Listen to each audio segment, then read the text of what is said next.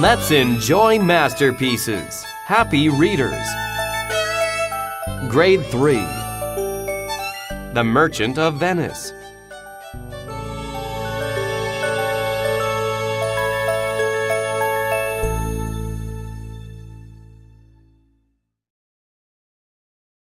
Chapter 1. The Moneylenders.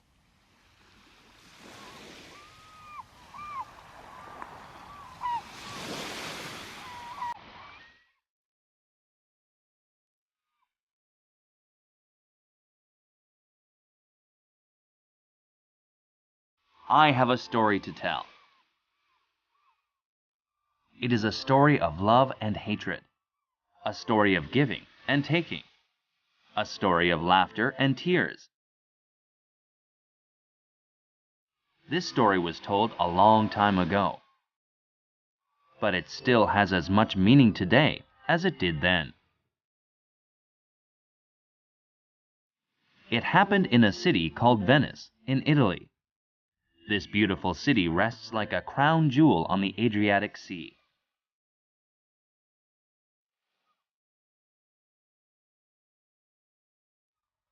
There lived a moneylender named Shylock in Venice. He earned a lot by lending money to merchants. Many people hated Shylock. Some people hated him because he forced merchants to repay him in terrible ways. Others hated him simply because he was Jewish. Of all the merchants who lived in Venice, one hated Shylock more than the others. His name was Antonio. Shylock hated Antonio as well. This was because Antonio was a very generous moneylender. He lent money to people in trouble and often didn't charge them interest. Shylock lost a lot of business because of Antonio's generosity. More importantly, Shylock hated Antonio because he was a Christian, and Antonio hated Shylock because he was a Jew. In those days, Jews and Christians didn't like each other. They couldn't agree about anything. They couldn't understand each other's religion or culture. Antonio and Shylock often ran into each other at the Rialto. The Rialto was the business center of Venice. When the two met, they would have arguments. Antonio would often yell at Shylock for the heartless way of doing business. Shylock often thought about ways to get even with Antonio. Almost everyone in Venice really liked Antonio. They felt that he was kind and honest. The merchants especially admired him. They knew that he would help them when they were in hard times. Antonio's best friend was a young man named Bassanio. Bassanio's family was very rich. His parents had given him money, but Bassanio had spent it all. He had wasted his money on wine and good food. He had traveled and he had had fun. And, of course, he ended up without any money. This was very common for young men during that time. In the past, Antonio had helped him in many ways. In fact, he already owed Antonio lots of money. Antonio never said no to Bassanio. It seemed Antonio was happy to share his money with his friends.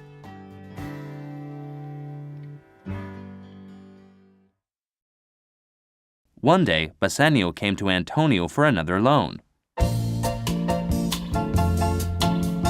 Antonio, I have great news. I've fallen in love with someone. Her name is Portia. She's the most beautiful woman in the world. And not only that, she's rich too. Her father passed away recently, and she's going to inherit lots of money. "That's wonderful news, Bassanio," said Antonio. "It sounds like she is a wonderful woman.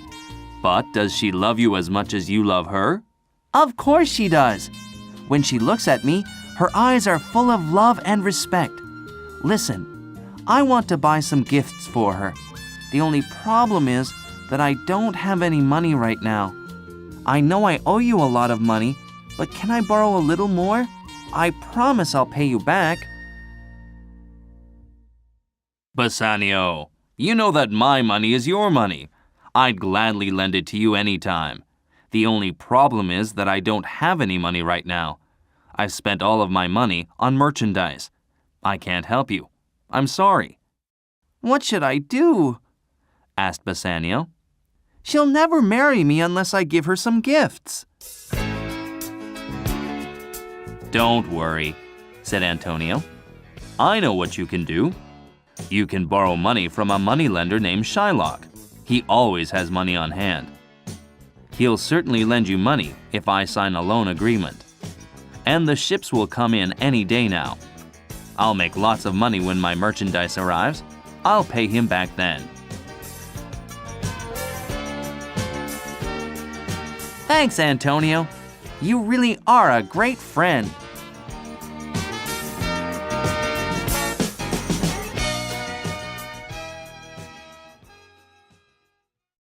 While Bassanio and Antonio were out to find Shylock, Portia was facing her own problems.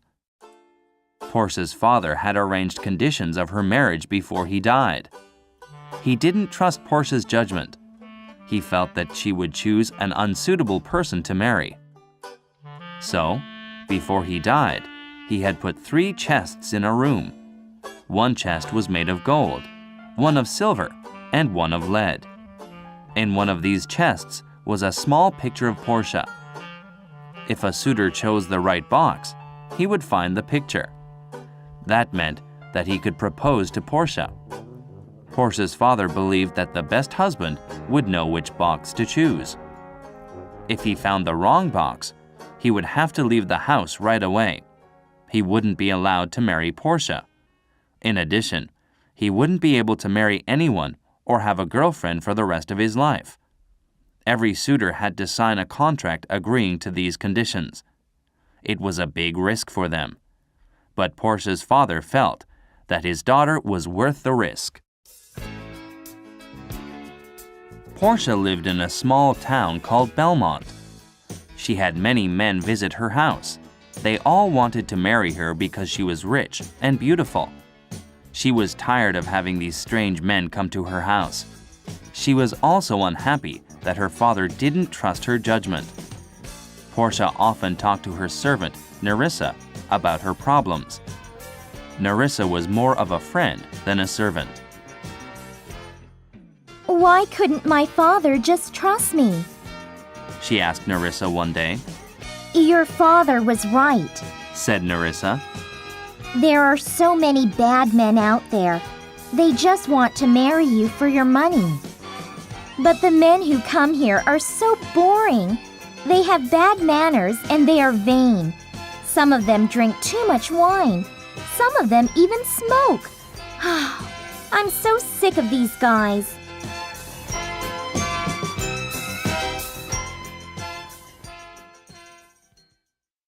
Portia was a very independent person. She was capable of making decisions for herself. She also believed that she was smarter than most men. Portia was sad. She thought that she would have to marry a boring, stupid man with bad habits.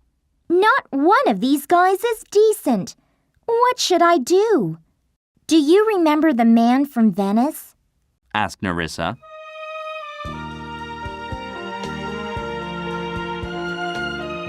Portia's eyes sparkled.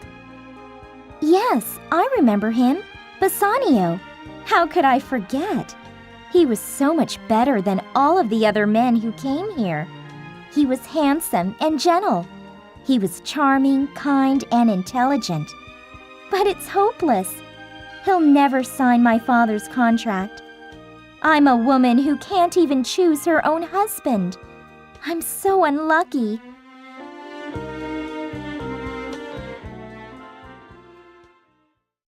Another servant then entered the room. "Madam, a message has arrived from the Prince of Morocco.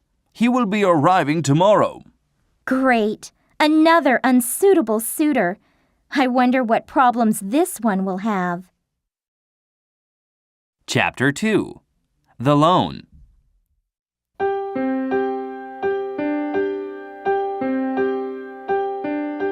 Meanwhile, in Venice, Antonio and Bassanio found Shylock. He was at the Rialto as usual. "Shylock, I have a request for you, said Antonio. I'd like you to loan 3,000 ducats to my best friend Bassanio. I will sign the contract. I'll happily pay you back in a few days. I'll have plenty of money when my ships arrive. I have an idea, said Bassanio. Why don't we go out to dinner? We can talk more about this loan. I never eat with Christians, grumbled Shylock. I may lend them money or do business with them, but I don't eat with them. Not ever. Very well, said Bassanio. Why don't you just lend me the money then? You know that Antonio will pay you back. As Shylock listened to Antonio and Bassanio, he became angrier and angrier. How foolish these two men were. They knew how much he hated them, and yet they were asking him for a loan. He was determined to make Antonio pay dearly. Shylock, yelled Antonio. are you going to lend us the money or not? Answer me. Shylock answered him slowly. Do you remember all of those times that you insulted me in a loud voice that everyone could hear? You once spat on me and called me a dog, and now you want to borrow money from me, a dog. Look, I'm not asking you a favor. You can charge me any interest you want. I don't mind. My ships will arrive any day now. All right, Antonio. I'm willing to lend you the money. I won't even charge you any interest. Just pay me back the loan on time. Antonio couldn't believe his ears. What did you say? I said you didn't know me.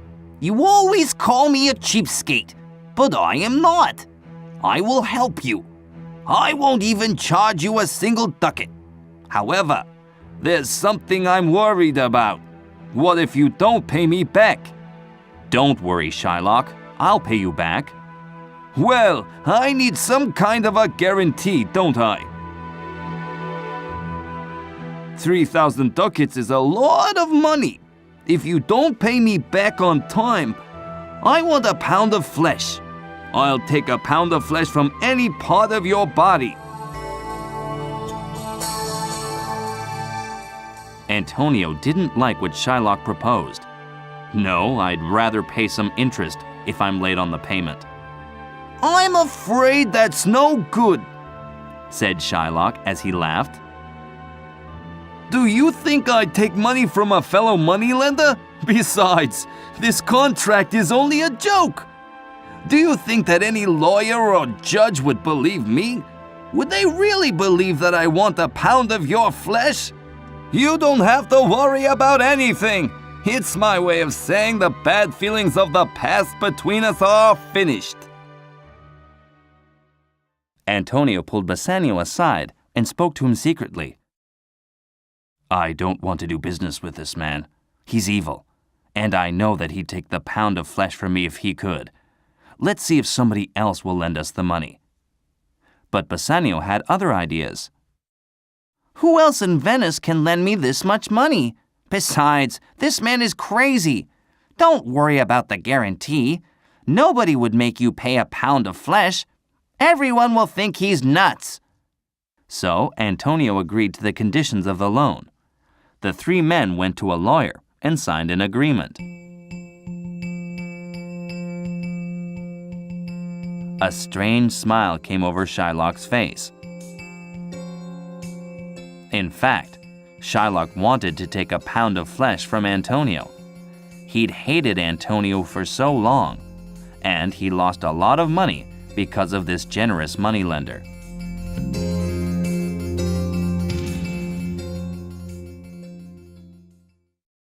Bassanio took the money that Antonio had borrowed, although he had a bad feeling about the loan contract. He bought many gifts and clothes that he needed to propose to Portia. He then loaded the gifts into a carriage. He and his servant, Gratiano, went to Portia's house with the carriage. When Bassanio arrived, Portia was delighted. She had hoped that he would return for her. She was in love with him. Portia, I'm so happy to see you again, said Bassanio. But I have something awful to tell you. I'm broke. I have no money. Bassanio, don't worry about that. I have all of the money we need. Money means nothing to me.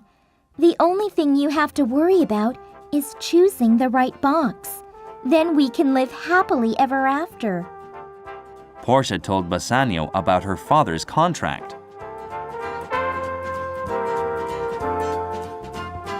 All right, I'll go choose the box now. Portia started to worry.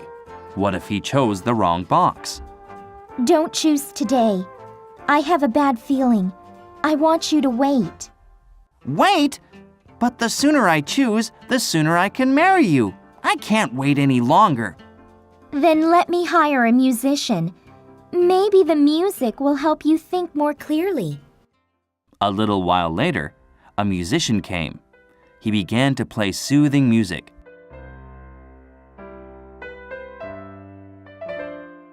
Bassanio slowly walked over to the golden chest. He looked at it carefully.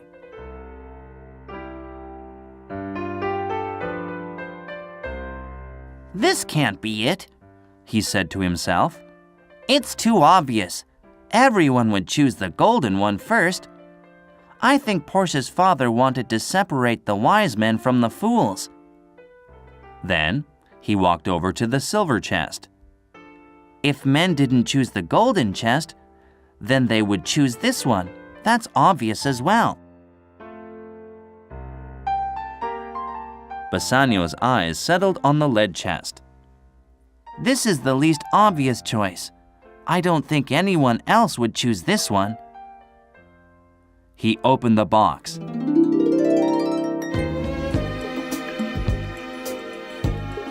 He gasped. He couldn't believe his eyes. In the box was a small picture of Portia. Bassanio could now marry her. He was so happy that he couldn't even speak. Portia put her arms around him and said, Oh, Bassanio, I'm the luckiest woman in the world. Yesterday, I was just a girl with a lot of money. Today, I'll be a wife. Please, take this ring and show me you will accept my proposal. Put it on and promise me that you'll never take it off. I am lucky too, said Bassanio. Yesterday, I was poor and lonely. Today, I will be married to the most beautiful woman in the world. I promise that I'll wear this ring forever, until I die. I swear.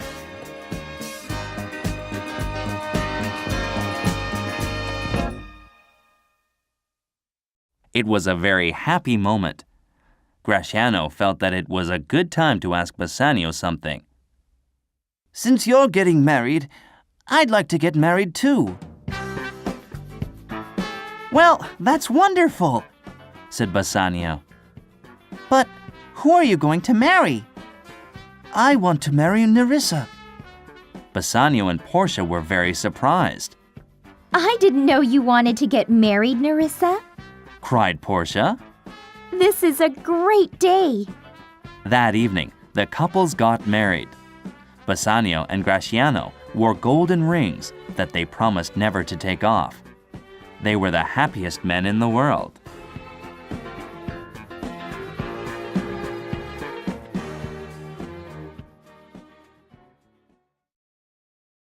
Chapter 3. The Debt. A few days later, a messenger arrived at Portia and Bassanio's house. Bassanio received the letter and opened it. It read, Dear Bassanio, my ships have all sunk. I am in big trouble. Shylock wants to take a pound of flesh from me.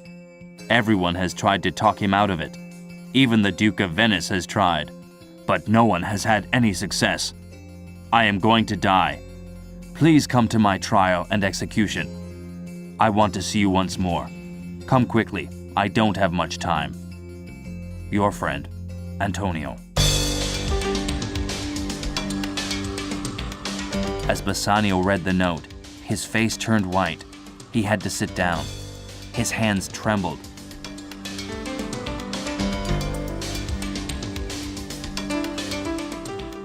Portia ran to him. What is it? What's wrong? Please, answer me. Oh, my poor friend Antonio. He's going to die. Portia, listen to me carefully. I am not only a poor man, I am a debtor as well. Bassanio told her all about the money and the pound of flesh. A chill ran through Portia's body. She couldn't believe that a man wanted to cut a pound of flesh from someone. Bassanio, go to your friend right away. She said. You are my husband now. My money is your money. You must pay back Antonio's debt. I'll give you 2 times the original loan. Go quickly, before Antonio is killed. Bassanio put a lot of money in a bag and left for Venice. He found Antonio in prison. When he saw his friend, Antonio ran to him and hugged him. Antonio looked small and weak. My dear friend, said Bassanio. I'll go to Shylock today and pay back the money. I'm sure he'll take it, and then you can go free. After all, he is very greedy. He won't say no to money.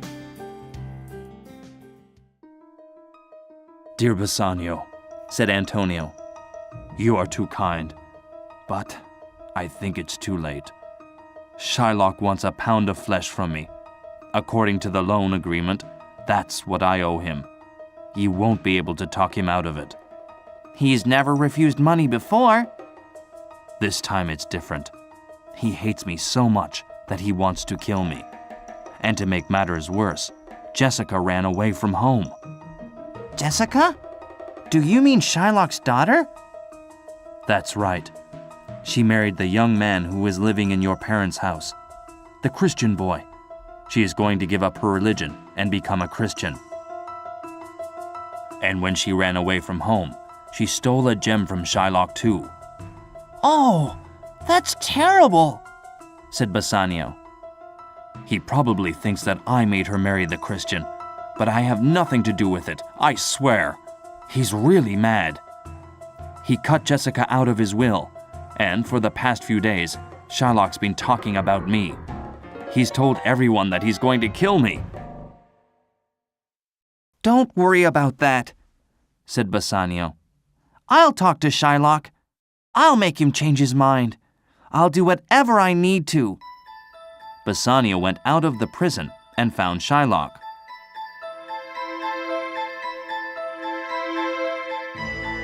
Please, I beg you, please spare Antonio's life.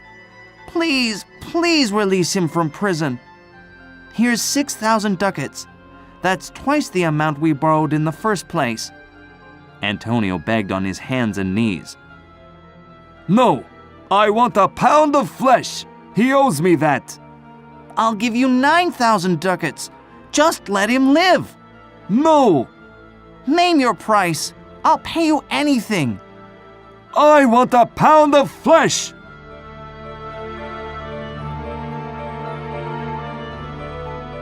Bassanio realized that Shylock would not change his mind. There was only one thing that he could do. He had to go to court.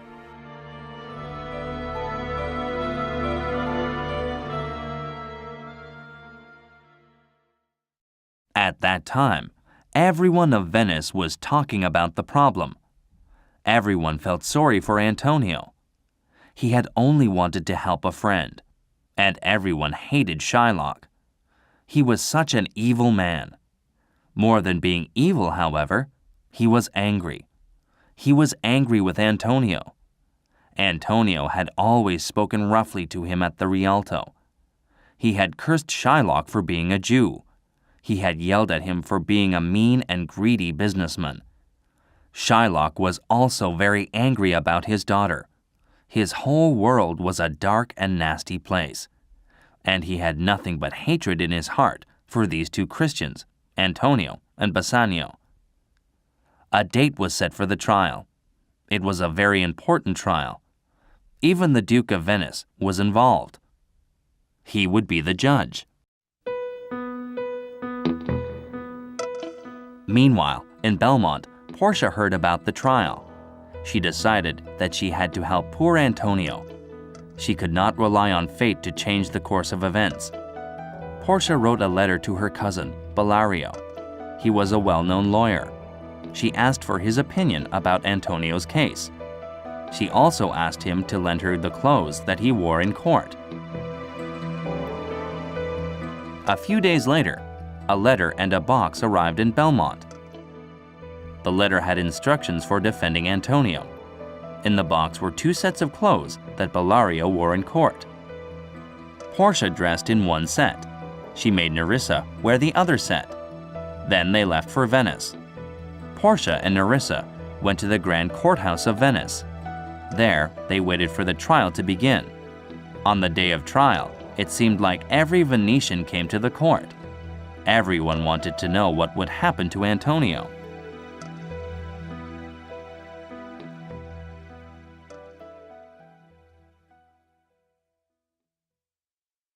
Chapter 4. The Trial.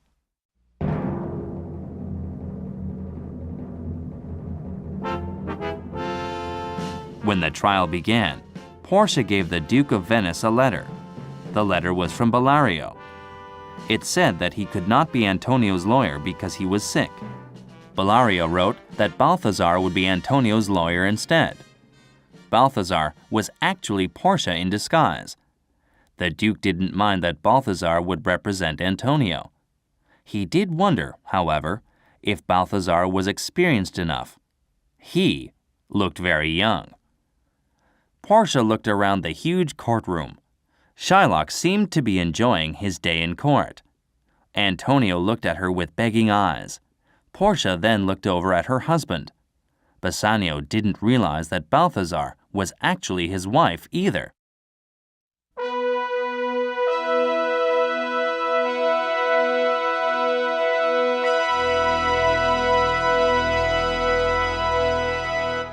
As the trial began, the room grew quiet. Portia spoke to Shylock first. Sir, according to the agreement, you can take a pound of flesh from Antonio. There's no question about that. But I want to remind you of another choice, of a more noble choice. You could choose to be merciful. You may ask, what is mercy? Well, I'll tell you. Mercy is like the gentle rain. It falls from heaven. It blesses everyone. It blesses the person who gives mercy and the person who takes it. Mercy makes you feel like a king. You have all of the power in the world. You have the power to give Antonio his life. It is only through mercy that you can do this.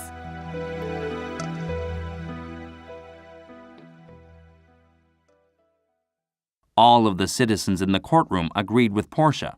Everyone except for Shylock. I don't care about mercy! I only want justice! He yelled. Well, why don't you just allow Antonio to pay you back? It's too late for that now! I don't want money! I want my pound of flesh! Read the contract! It says that I can take the pound of flesh, and it says that I can take it from the place nearest to his heart. Antonio, you must get ready to die then, said Portia. Everyone in the crowd gasped. They couldn't believe what they were hearing. Shylock, said Portia in a pleading voice. Please take this money and let me tear up the loan contract. Shylock said, I will never change my mind, not for any reason. He began sharpening his long knife. He couldn't wait to cut into Antonio. Portia turned to Antonio. Do you have anything to say before you die? No, said Antonio. I am ready to die. Then he turned to Bassanio. Goodbye, my friend. Don't blame yourself for my death. Bassanio was crying. Oh, Antonio, I would do anything to save your life, but there's nothing I can do. I'm so sorry. You are the best friend in the world.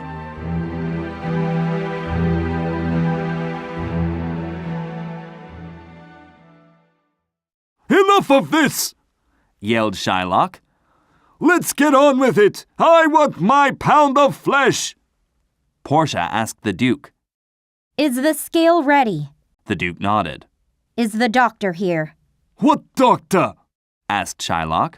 There should be a doctor here. Antonio shouldn't bleed to death. But of course, Shylock wanted him to bleed to death. The contract says nothing about a doctor. But surely we need a doctor here.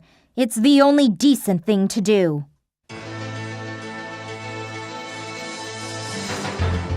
The contract says nothing about a doctor. Shylock repeated. All right. Said Portia. A pound of flesh is yours. The law allows it. The court awards it. Shylock was very happy that he could finally kill his enemy. He was very pleased with the young lawyer. You are such a good lawyer, he said. You understand justice. Shylock picked up his sharp knife. It was bright and shiny. The moneylender had an evil look in his eyes. Come here, he said to Antonio. Just a minute, said Portia. There is another thing I need to tell you.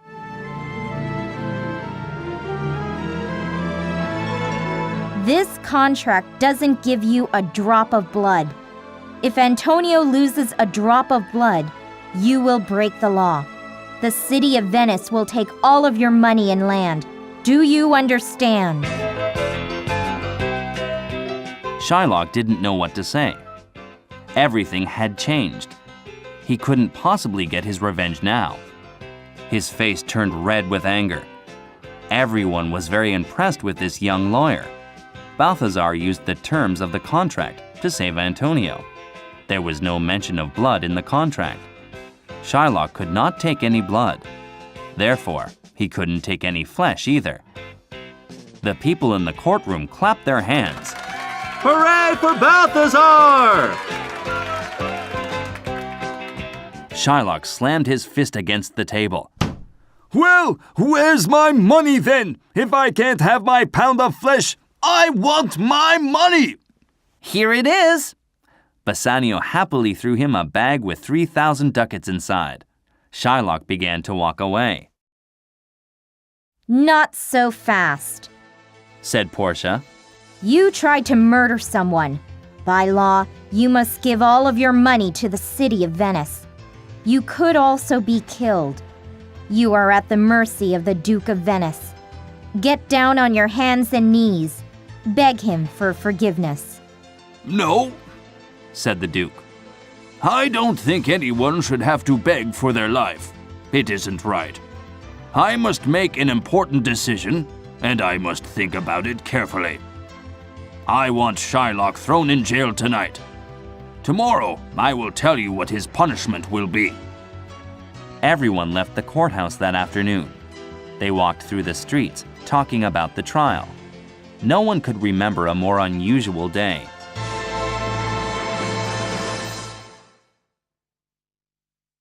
Chapter 5. The Sentence.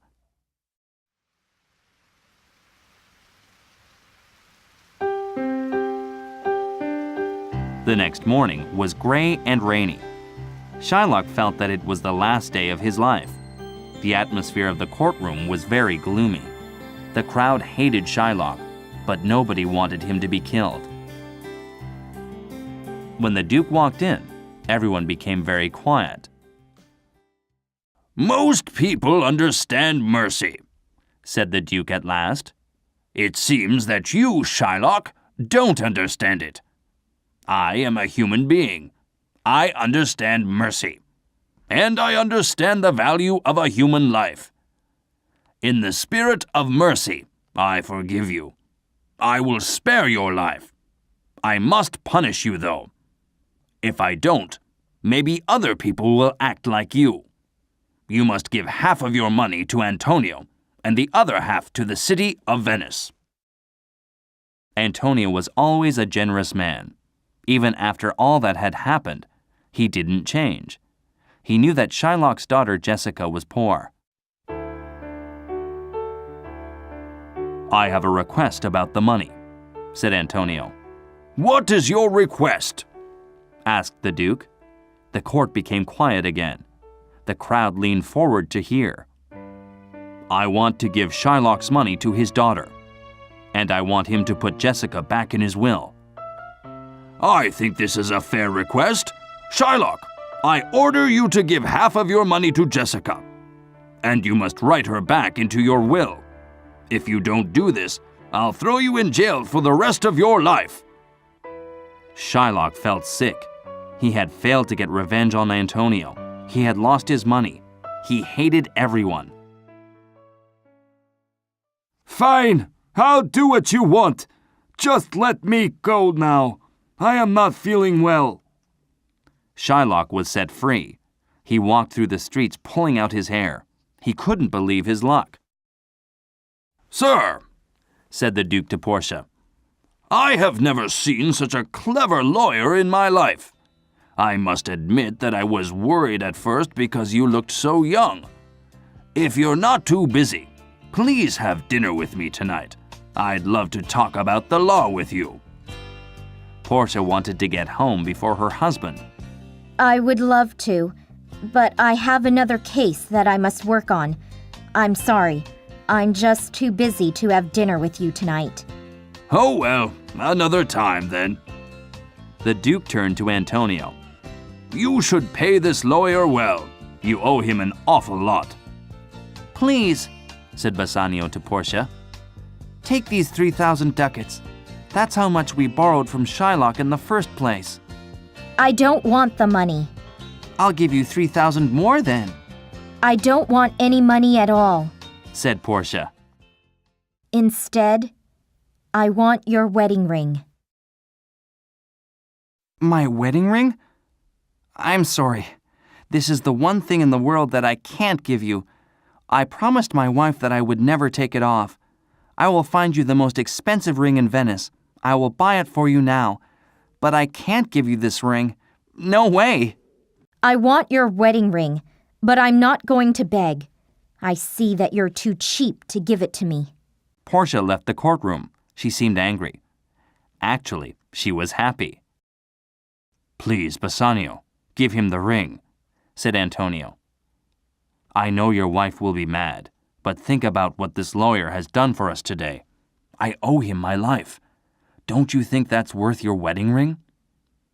Bassanio felt ashamed. Antonio was right. He took off his ring and gave it to Gratiano. Go and find Balthazar. Give him this ring. When Gratiano found Portia, he gave her the ring. Nerissa, who was with her, said, You, Gratiano, you give me your ring too. Gratiano knew that he couldn't say no. He gave her his ring. When Portia and Nerissa were alone, they had a good laugh. They decided to play a trick on their husbands. Bassanio and Gratiano returned to Belmont that evening. They found their wives waiting for them. They kissed their wives. For a moment, everyone was very happy to be together again. Then, the women started yelling at them. Where's your wedding ring? Cried Portia. You gave our wedding rings to other women. Screamed Nerissa. Please believe us, Said Bassanio. we gave our rings to 2 young lawyers. The lawyers saved the life of my best friend. They said that they wanted our wedding rings as payment. They wouldn't accept anything else. Please understand, darling. They saved Antonio's life. Bassanio felt sad and guilty.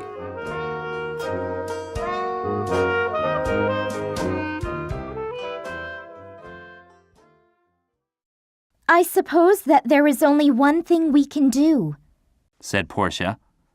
Bassanio was afraid. Gratiano's knees were shaking. We must give you your rings back. Portia opened her hand. Nerissa opened hers as well. Bassanio and Gratiano couldn't believe their eyes. They were holding their wedding rings. Portia and Nerissa started to giggle. Then they laughed harder and harder. The men stood there with confused looks on their faces. Finally, Portia began to tell their story. Bassanio was amazed. His wife was even more wonderful than he had thought. She was the cleverest woman in Italy. She saved his best friend's life.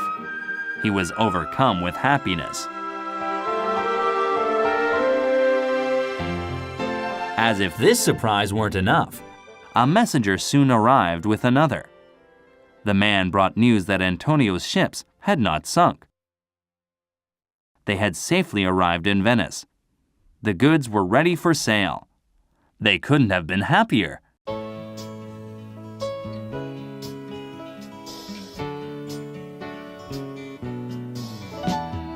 That night, they all celebrated under the beautiful Italian moon.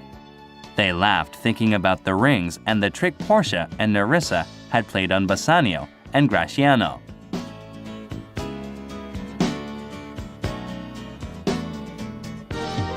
Bassanio looked lovingly at his wife. What's the scariest thing in the world? He asked her. Owing a pound of flesh to a moneylender? Asked Portia. Absolutely not. It's losing my wife's wedding ring. Bassanio never took off his ring again.